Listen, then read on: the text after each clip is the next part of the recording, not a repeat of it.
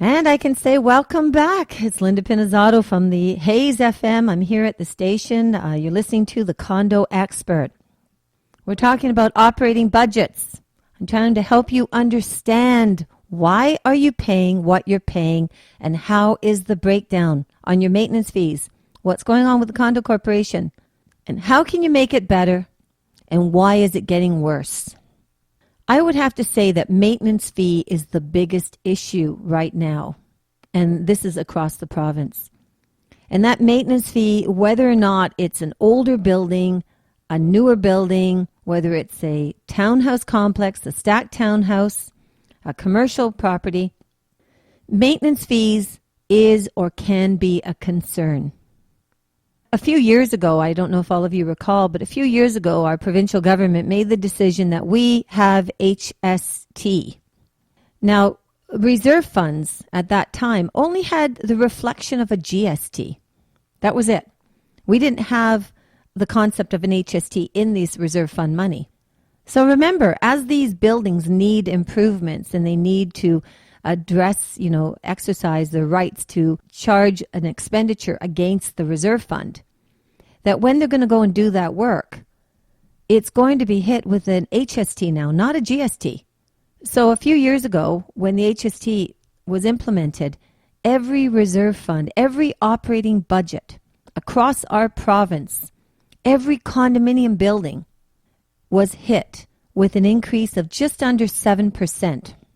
So that all of these operating budgets could have enough money in the budget moving forward to cover expenditures relating to the operations of the entire building. And that included the reserve fund.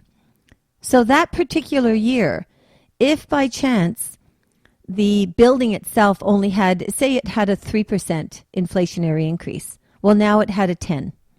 If it had a 15% inflationary increase for whatever reason, maybe they had expenditures that showed up that they weren't expecting during the course of the year. All of a sudden, they had to tack on just under 7%. So next thing you know, they had a 22% increase. It had to be done. It had to be increased. You can't blame the board of directors on that one because it had to be increased or you don't have enough money to cover the expenditures. And you cannot run a condo corporation in the red. Unfortunately, there was one element in that whole picture that did hurt a number of condominium buildings, and that was the buildings that were into their first year. When people purchase a brand spanking new condominium building, a unit in a brand new building, they purchase understanding the price per square foot of the maintenance fee.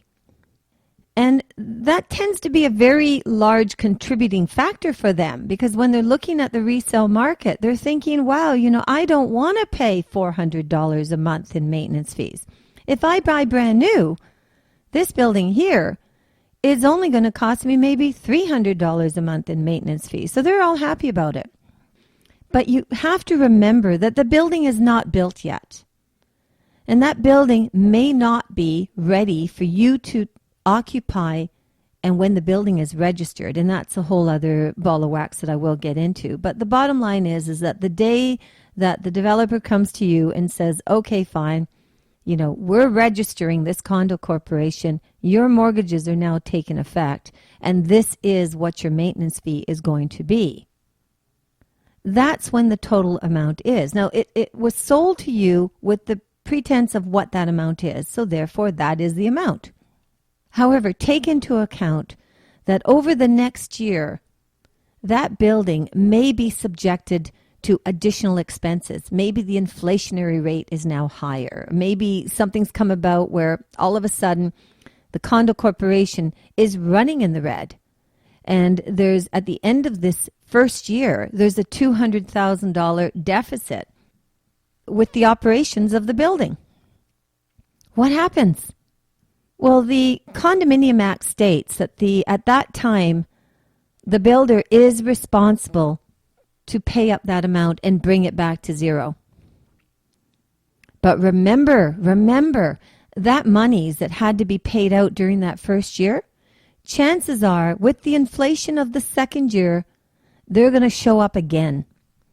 So when the budget has to be prepared after that first year, the board of directors has to take into account what the budget was, and the maintenance fees are reflected. So yes, it has been paid out. You're going to start off at zero, but you cannot keep the same maintenance fees that you were paying in that first year. Your maintenance fees will increase in order to cover the full cost of what an operating budget is going to be in your building. And I've heard cases where, some of the buildings have increased by 2%, 5%, 8%, but I will tell you that those maintenance fees have increased by 20, 25% in some other buildings. And I will also say that that is a huge concern. That is a big increase.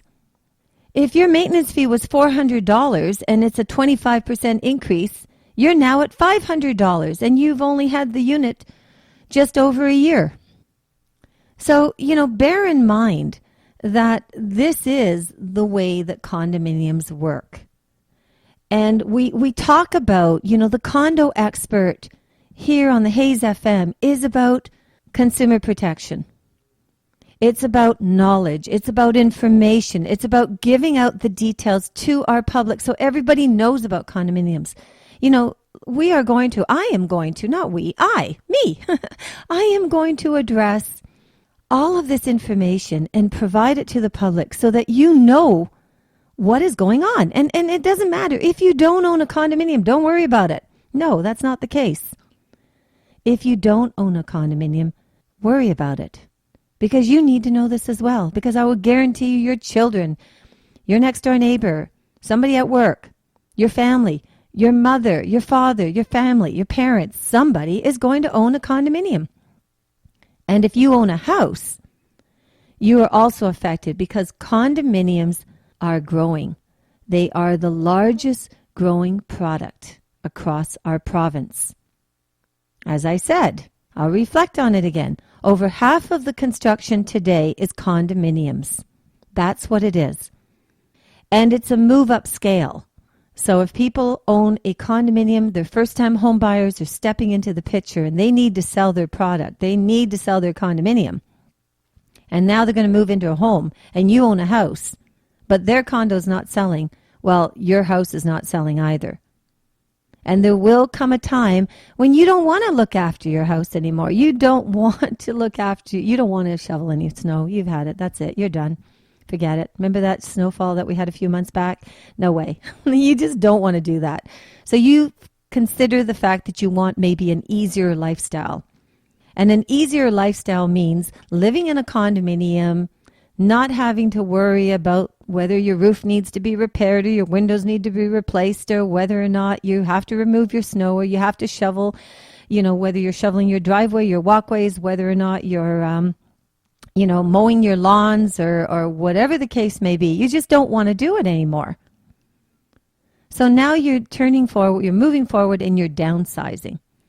And that operating budget that you used to remember, that you used to handle day in, day out, month in, month out, year in, year out, and you used to pay those bills and used to sit there and say, oh my God, I've got another bill here. Oh geez, I've got to pay this. Well, you still are paying them, but you're paying them all together in a maintenance fees, but you're turning a blind eye and you're letting the board of directors determine your expenditures. Well, that's fine. That's great. If the board is doing their job, if they're knowledgeable and there's no funny business going on. The review of the Condo Act has already determined that there's an issue out there. And this issue has to be addressed. And when the McGuinty government opened up the Condo Act in June of 2012 and said they're building a better Condo Act, why?